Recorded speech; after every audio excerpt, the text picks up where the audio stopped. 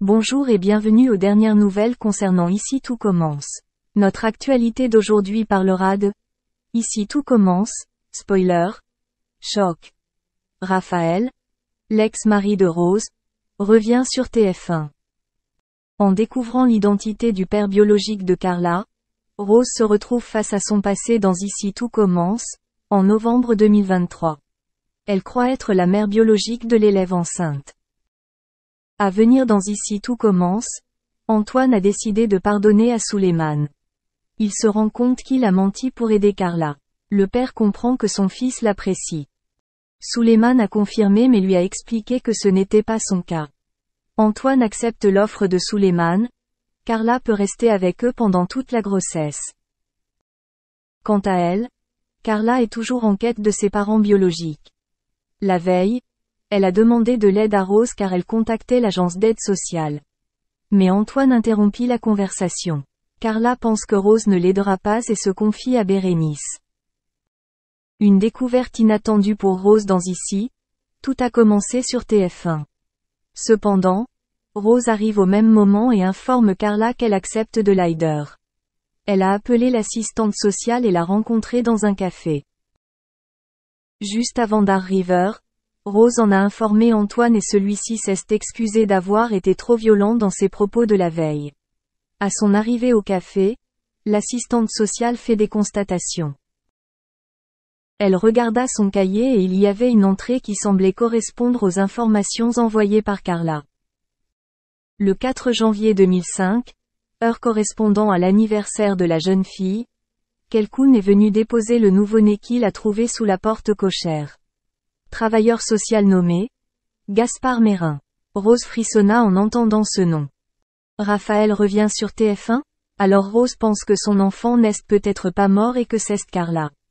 Bientôt, Rose devra affronter son passé et suivre son intuition, tandis que Clotilde s'inquiétera pour la santé de sa sœur. De son côté, Carla recevra une notification. L'homme qui l'a déposée à l'AS voulait la voir. Rose se retrouvera au bord de la dépression mais ne dira pas la vérité à Carla. Elle finira par découvrir le pot de Rose. Ainsi, les téléspectateurs découvriront si Rose est véritablement la mère biologique de Carla. Pour rappel, l'ex-mari de Rose est Raphaël. Le couple s'est réuni en 2018 dans Demain nous appartient. Dans le scénario de cet été, Raphaël, interprété par Bruno Madinier, est un auteur à succès qui tient Rose.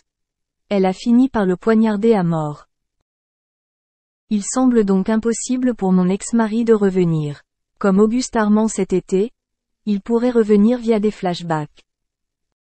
Mais cela n'est pas à l'ordre du jour puisqu'aucune information n'a circulé sur la comparution de Bruno Madinier. Merci d'avoir regardé et à la prochaine vidéo. N'oubliez pas de vous abonner à notre chaîne. En attendant, faites-nous part de vos commentaires dans la section commentaires ci-dessous. Salut à tous, très content de vous retrouver aujourd'hui pour cette vidéo dans laquelle on va parler de L'amour est dans le pré et plus précisément d'un des participants qui nous a tous émus. D'abord, il nous a fait rire lors de sa présentation où il est apparu en short face à Karine Le Marchand avec sa voix inimitable et sa vitesse d'élocution où on ne comprend véritablement rien. Didier nous a vraiment tapé dans le cœur. Malheureusement, on le sait, Didier qui avait rencontré l'amour dans l'émission a dû faire face à des jours un petit peu plus difficiles par après. En effet, il est désormais séparé de sa belle.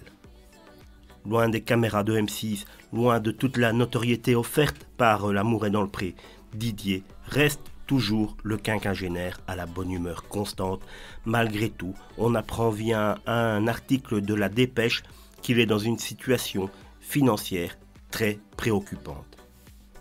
En effet, sa maison héritée de ses parents, aujourd'hui malheureusement décédés, tombe véritablement en ruine. Et l'agriculteur peine vraiment à trouver les fonds nécessaires pour faire les travaux. Ça va moyennement les finances, honnêtement, même avec les aides de l'État, confesse Didier à La Dépêche.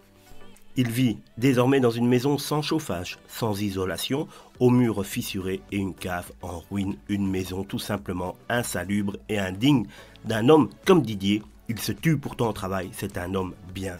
il ne mérite pas ça, déplore Marie-Ange, une ancienne participante, elle aussi de L'amour est dans le pré.